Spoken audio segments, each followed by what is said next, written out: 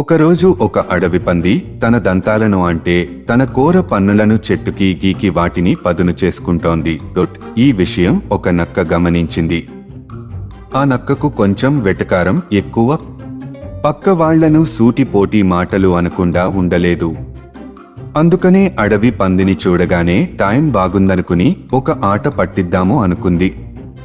పక్కన నుంచుని ఇటూ అటూ చాలా ఆతృతతో ఏదో బద్ధ శత్రువులు దాక్కున్నట్టు వారిని చూసి భయపడుతున్నట్టు నటించింది. అడవి పంది పట్టించుకోకుండా దాని పని అది చేసుకుంటూ పోయింది. మొత్తానికి తన ఆట తనకే బోర్ కొట్టి నక్క, ఎందుకో అలా దంతాలను పదును చేసుకుంటున్నావు? నాకేమీ ఎవరూ నీ మీద దాడి చేస్తున్నట్టు కనిపించట్లేదే అని చిరునవ్వుతో అడిగింది.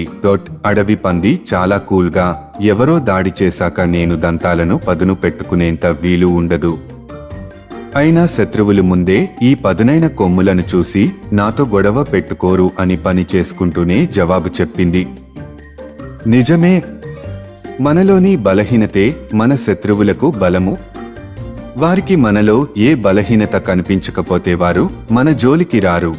యుద్ధానికి సంసిద్ధత అనేది శాంతికి ఉత్తమమైన హామీ.